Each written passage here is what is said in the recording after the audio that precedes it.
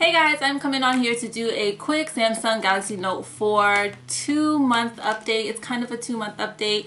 On this video, I'm really just going to talk about the pros and cons and things that I absolutely love about this phone. At the very end, I'm going to have like a question and answer session because in my last video, I did get a ton of questions and it's just really hard for me to respond to each and every comment. I do read everyone because I get them sent to my email, but I have no time to actually comment on every single one. Alright, so the first thing I want to talk about is the fingerprint scanner on this phone.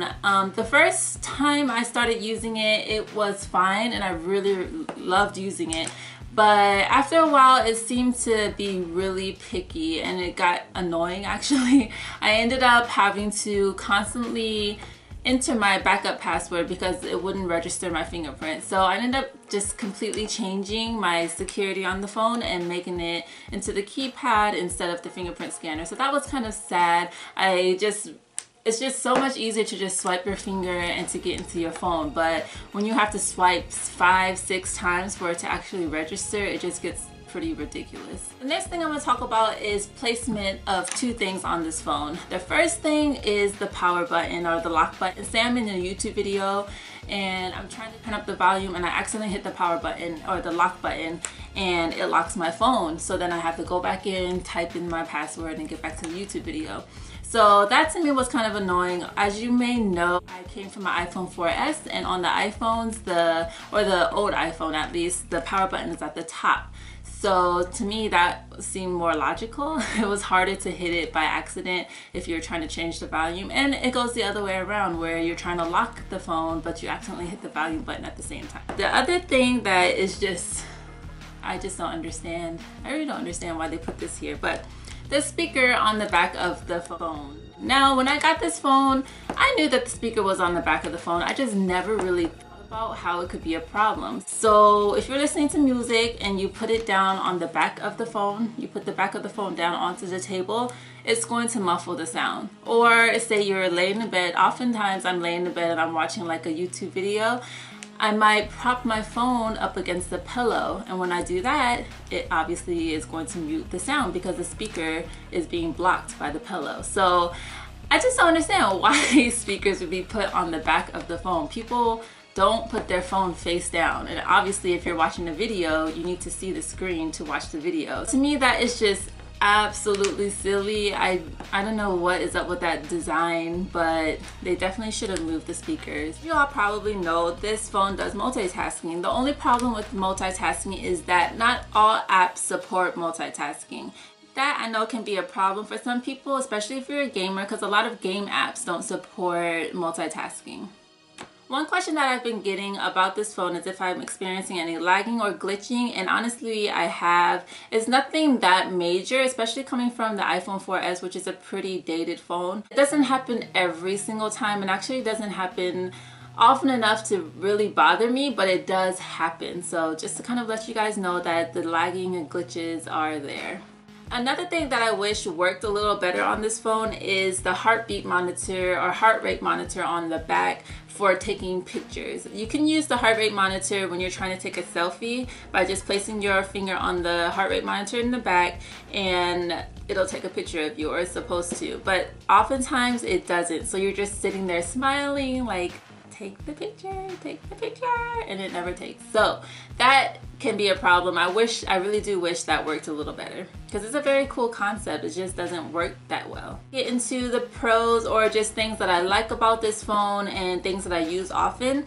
So let's just go ahead and start with emoticons. I know that's such a silly thing to be so excited about, but I do use emoticons often, and this phone comes pre-installed with some cute little emoticons that you can use when you're text messaging people or even on your Facebook statuses or whatever. But I just thought that was cute and it's nice to have those pre-installed.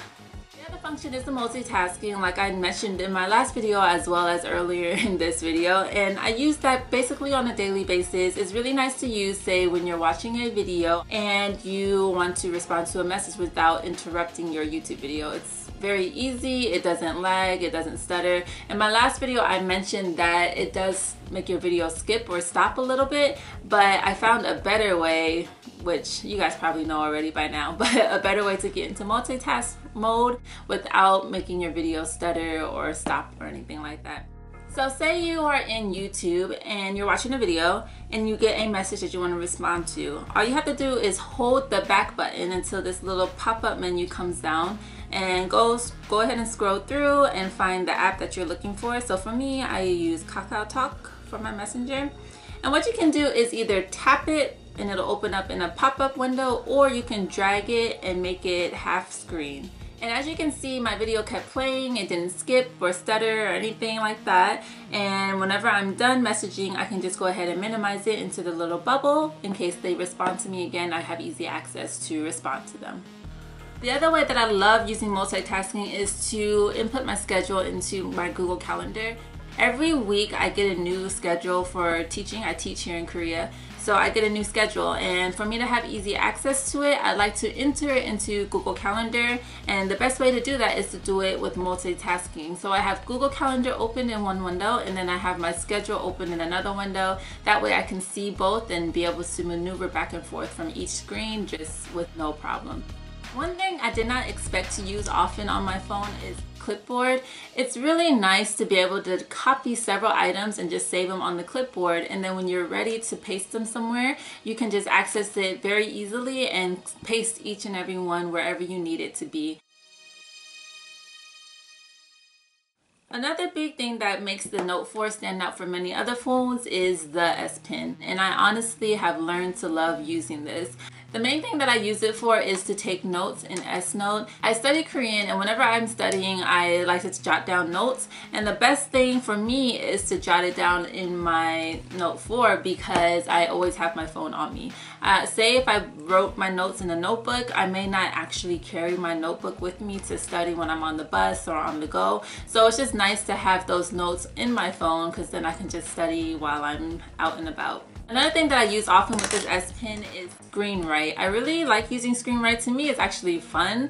I can just snap a picture of something like, say, the Philippines, because I plan to go there hopefully in March, and I can tell my sister, hey, we should go here, and just write the message on the picture and then just go ahead and send it to her. Before buying this phone, one thing I was a little bit nervous about was being able to see the phone outside on a sunny day. Now, I've had some friends that had Samsung phones when I had my iPhone, and I would always look at their phone and be like, how can you see your phone? Because it would just be so dim outside in the sun. And I would compare it to the iPhone, and it was just a huge difference. So that was one thing I was a little nervous about, but when I have my phone on auto brightness, when I go outside on a sunny day, it actually brightens the phone up bright enough for me to see it while I'm outside.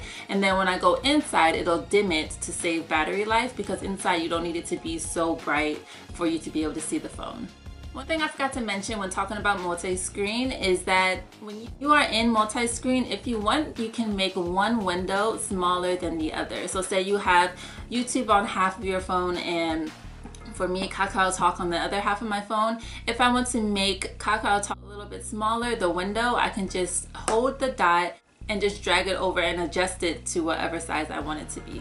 The other thing that I did mention in my last video, my 1 week update, and I still absolutely love, is that I can customize this phone. I can just completely personalize it to what I like and how I want it to look.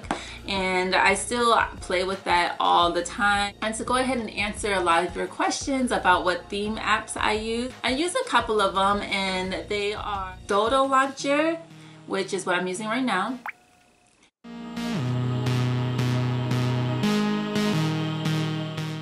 The other one that I like to use is Home Launcher, or Homee. I'm not sure if it's pronounced Homee because it has two E's, so H-O-M-E-E Launcher. And I think they have really cute themes and backgrounds as well.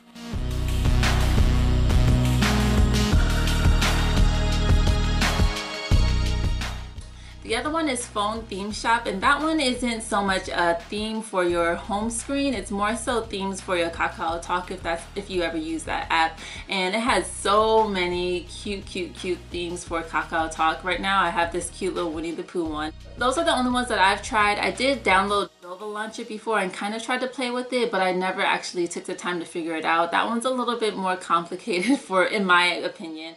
But really, if you're looking for any launchers to play around with, just go into the Play Store and type launcher in the search bar and you'll get a forever long list of different launchers. Okay, so that's basically all I have to say about the functions that I really like about this phone. I'm gonna do a quick question and answer sessions. I have a couple of the questions jotted down on my phone that people have commented. So the first really big one is, where did I get my extra battery and my charging port?